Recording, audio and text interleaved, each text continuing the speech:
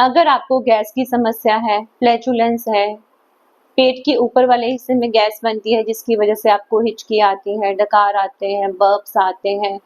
और ऐसा लगता है खाना छाती में ही पड़ा हुआ है और एक अनईजीनेस, डिस्कम्फर्ट, पेन सा फील होता है